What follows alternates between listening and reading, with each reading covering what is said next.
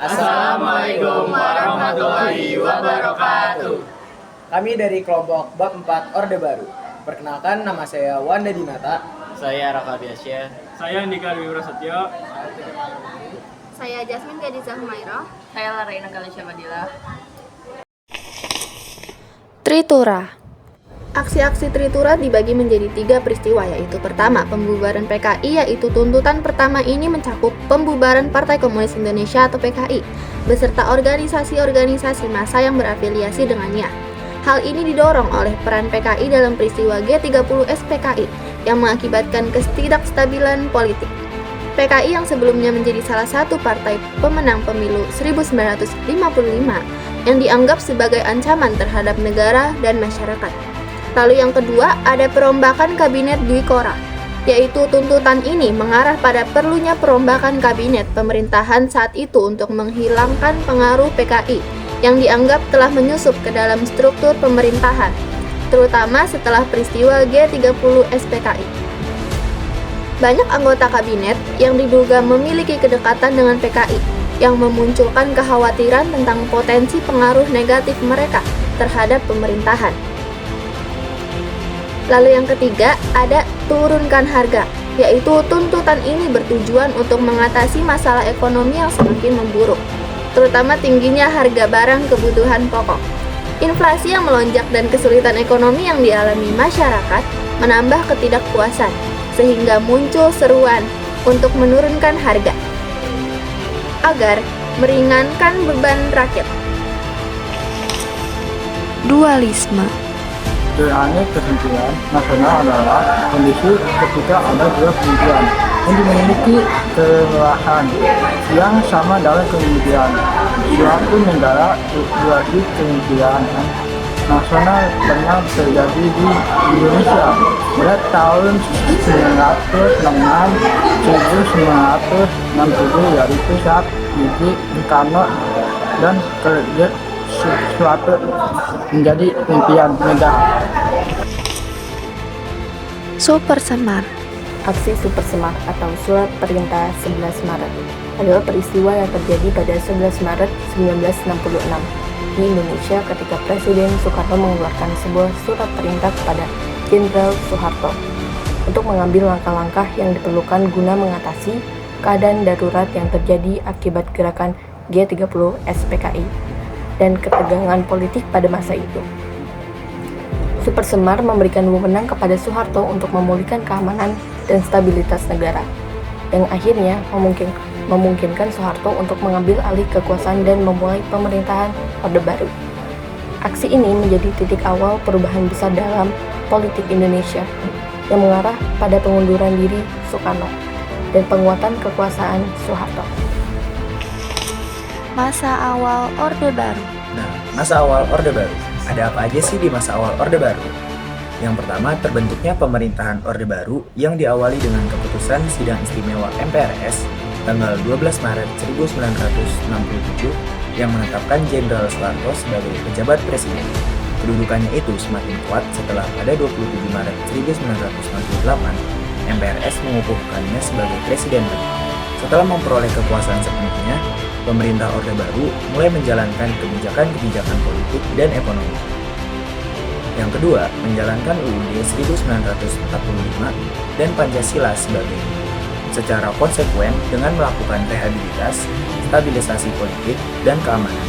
Tujuan dari rehabilitas dan stabilisasi agar terciptanya pembangunan ekonomi bagi kesejahteraan rakyat dalam melaksanakan rehabilitas dan stabilisasi, menggunakan suatu pendekatan yang dikenal sebagai pendekatan keamanan. Yang terakhir yaitu mengembalikan politik luar negeri Indonesia yang akan ditujukan pada perluasan kerjasama ekonomi dan keuangan antara Indonesia dengan dunia luar. Selama kerjasama itu menguntungkan bagi kepentingan Indonesia, maka kerjasama itu akan dilaksanakan. Masa Orde Baru. Kemudian dilanjut dengan masa Orde Baru, yaitu adanya stabilisasi politik dan keamanan sebagai dasar pembangunan.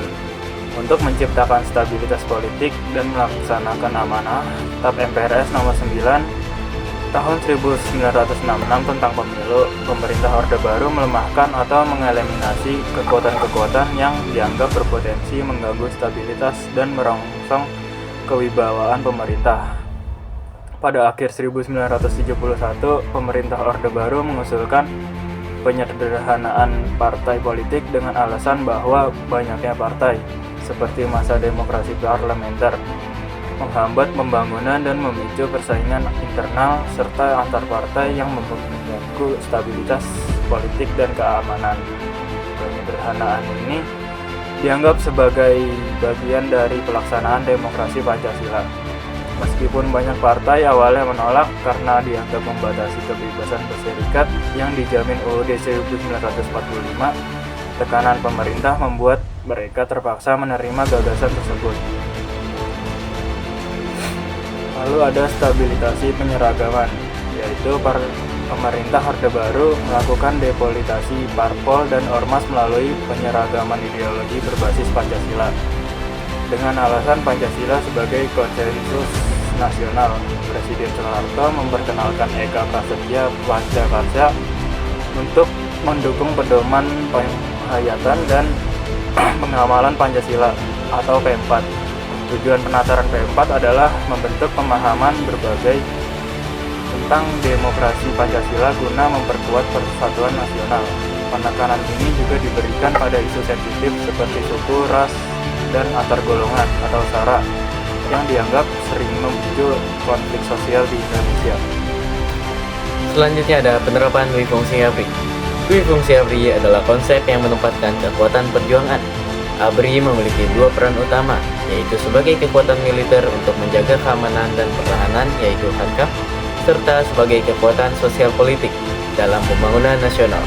Berdasarkan Pancasila dan UUD 1945, ABRI bertanggung jawab melindungi bangsa sekaligus berperan aktif dalam kehidupan politik. Pada masa Orde Baru, di bawah kepemimpinan Soeharto, peran politik ABRI mulai semakin menonjol. Militer ditempatkan di berbagai lembaga seperti DPR, MPR, dan DPRD di tingkat provinsi serta kabupaten.